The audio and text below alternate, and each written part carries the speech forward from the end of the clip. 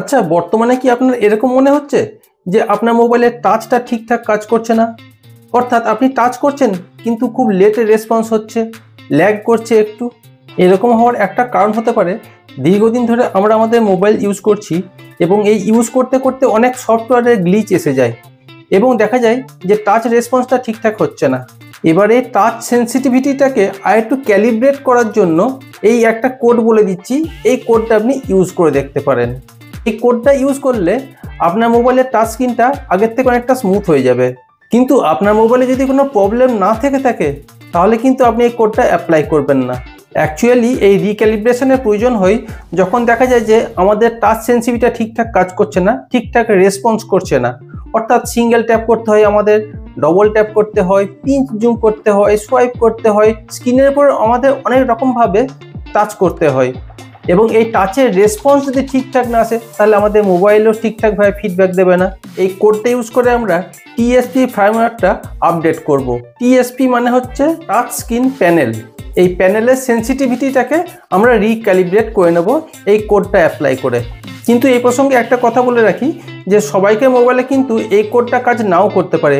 হয়তো আপনি ডায়াল করলেন, লেখা উঠলো ইনভ্যালিড এমএমআই কোড, তাহলে বুঝতে হবে যে এই কোডটা আপনার মোবাইলে সাপোর্ট করছে না। আর আপনাদের মধ্যে কার কার মোবাইলে এই কোডটা সাপোর্ট করছে অবশ্যই কমেন্টস করে জানাবেন। তাহলে চলুন কোডগুলো দেখে নেওয়া যাক কিভাবে এটা কাজ করছে। আর ভিডিওটা যদি ভালো লাগে অবশ্যই একটা লাইক করবেন, আমাদের চ্যানেলটা সাবস্ক্রাইব করে রাখবেন এইরকম ইনফরমেটিভ ভিডিও পাওয়ার জন্য। দেখুন, এই কোডটা অ্যাপ্লাই করতে গেলে আপনাকে প্রথমে চলে যেতে হবে আপনার ফোনের ডায়ালিং প্যাডে। এখানে গিয়ে আপনি ডায়াল করুন *2663#। দেখুন, ওই কোডটা অ্যাপ্লাই করার পর আপনার সামনে এরকম একটা ইন্টারফেস চলে আসবে যেখানে লেখা আছে TSP FW update, WACOM FW update. অর্থাৎ এইগুলো সবই একটা করে এই ফার্মওয়্যার ভার্সনের আপডেট। এই আপডেটটা কোনো রুটিন আপডেট না, এই সমস্ত আপডেটগুলো খুব লিমিটেড টাইমেই আসে।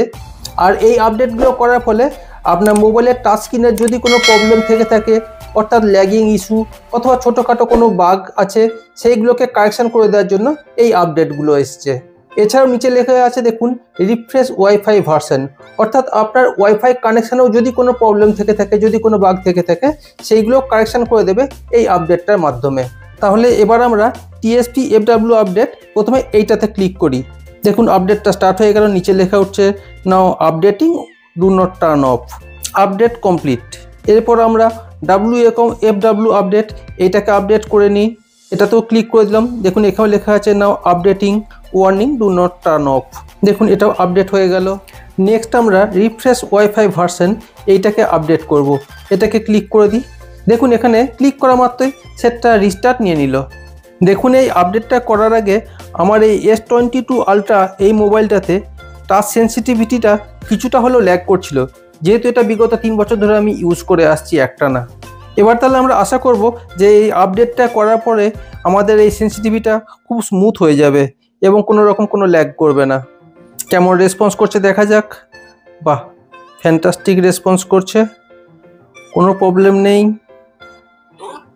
তবে এই আপডেটটা একবার করে ফেলার পর আপনি ইচ্ছা করলে এই আপডেটটা আবারও রিপিট করতে পারেন। আপনি আবারও ডায়াল করুন *2663#। দেখুন আবার এই ইন্টারফেসটা চলে আসলো। আপনার যদি প্রয়োজন হয় আপনি নেক্সট টাইম আবার সেটা আপডেট করে নেবেন।